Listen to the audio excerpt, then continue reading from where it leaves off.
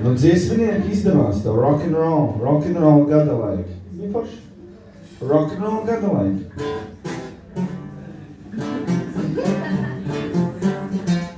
Mātis, stils ir, padziedāt, kāds mērķis? Tev, ko tu gribi augstākais, ko tu gribi nokļūt? Nu, mūzikā, es domāju.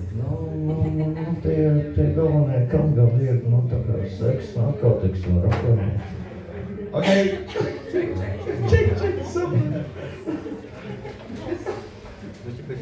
Kas par tā vēl nav piepildīts?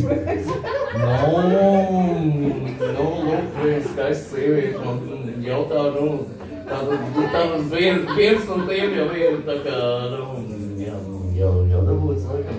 Man liekas, ka jūs esat atraduši viens otru, domāju, šis teksts ļoti piestāv tavai vēlmei muzicēt, līdz ar to ļoti sāpīgi, enerģiskais, tā sāpe tika iznesta ļoti atbilstoši tekstam.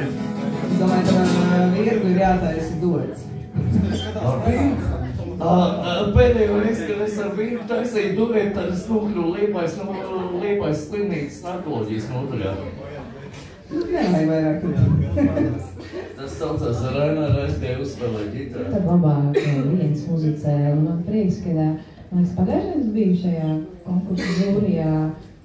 Jūs dziedājat kaut cover versiju? Es negribu tagad skanot. Kur no visām? Es nezinu, bet es gribēju izteikt komplimentu, ka šoreiz ir organizācija. Tā kā ir pakāpiens uz augšu, vai ne?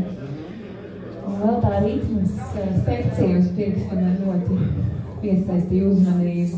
Tagad izmantošu kaut ko tādu uz dotos. Tā ir labi, man. Jā, es skatos. Man pīkstīs sev man uzdevumē.